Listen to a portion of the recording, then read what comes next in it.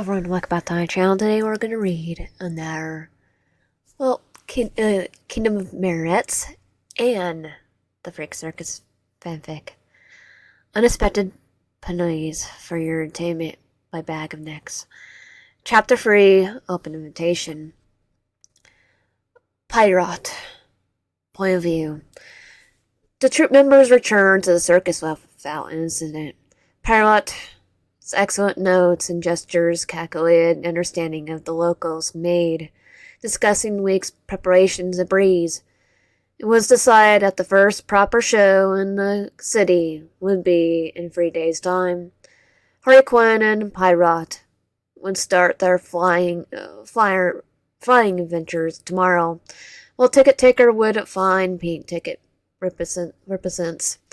The following day would have a daylight preview of the events planned for the opening night. Jester chaperoned Harley Quinn and Pirate back to their hotel, while Doctor and Ticket Taker continued discussing safety plans. He warned the troublemakers that what heck would be paid if either of them were caught seeking out before heading off to find more seasonal hires. For the circus, Pirate knew that gesture only allowed them to be left alone in the hotel because neither would sneak out without being snitched on by their.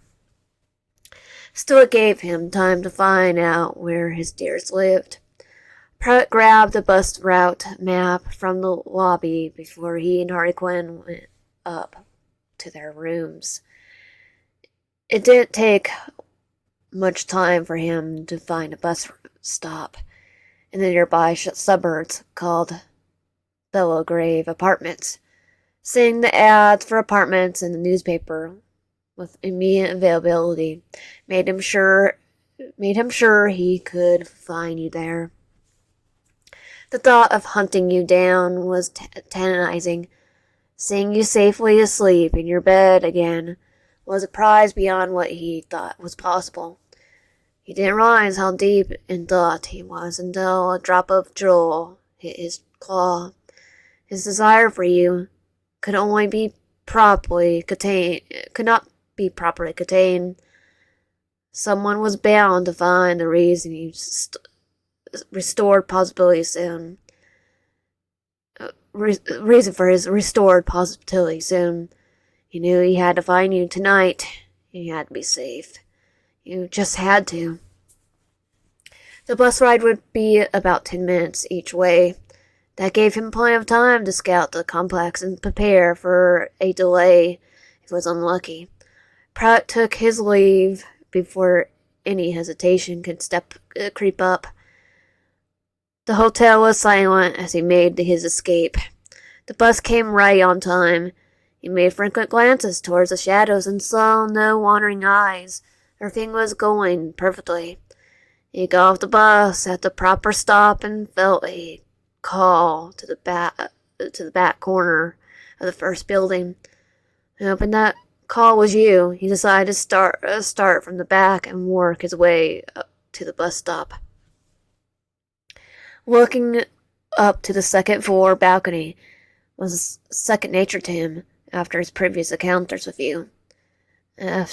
If fate was on his side, he saw a lone black chair on the otherwise empty balcony. He walked up to the balcony, a routine he knew well, yet almost fell forward as he truly smelled the atmosphere. It smelled like you. This had to be your apartment, right? The balcony door open, with no need to tamper with locks. You still keep your door unlocked for me, my dear, Pirate thought. Does your heart still race for me? It was pitch black in the apartment. He had to be sound asleep. Pirate didn't bother mapping out your apartment and warning him more about your new home.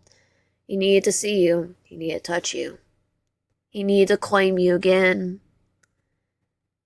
Your door was left wide open like an invitation for him. He accepted wholeheartedly. The silent performer slowly made his way to the barren room and you had to sell a lot of your belongings, but this was too empty. Your room had lost its charm, well, except for you. You were charming enough for Pirate. But now that he thought about it, your whole apartment looked empty. There was no odds and ends, no colorful displays, just simple, cheap furniture that wouldn't last more than a year. Dampius saddened Pirate. You had so much going on back in your old city, your job, your friends, him. You had a place that you were so excited to call home. Your happiness was all Pirate needed to feel joy. Now everything looked so barren, so bleak. You sat on the corner of your bed and stroked your hair.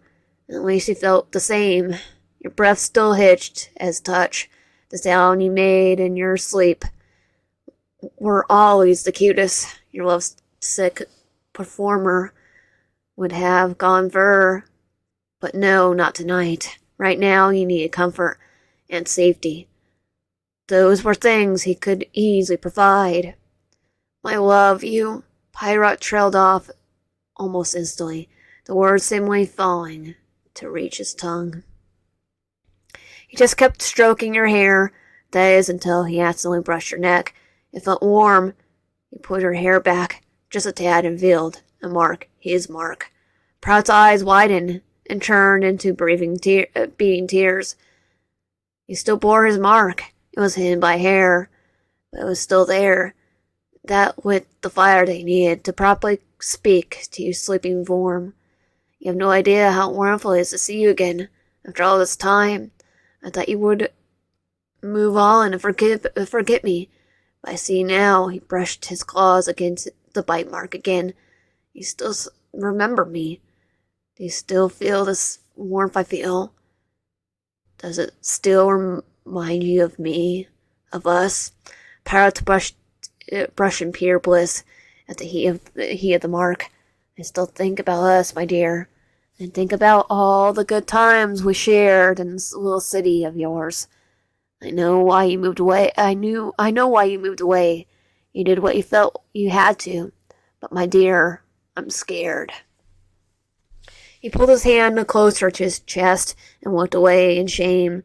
You gave me kindness to all your meeting. You gave your kindness to all you meet. It is one of your many admirable qualities. But do you ever feel as though you gave too much of yourself away, especially when kindness is not returned to you?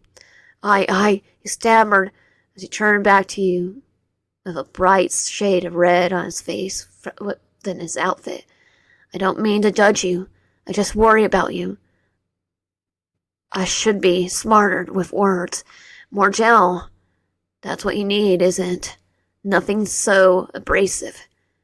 Like last we spoke, I want to help and be there for you, my dear. You're going through so many hardships. That much is clear. He gulped down his inhibitions as his eyes softened to a normal state. I'll write you a letter. I'll make sure my words are what you need and what you want. And when I come back, I'll show you everything. Pirate removed his porcelain mask enough to kiss your cheek. I snap. And that was chapter 3. If you like my content, please consider subscribing. If you're ready, comment down below and liking the video. I'll see you guys next time. Link will be in the description and in the comments.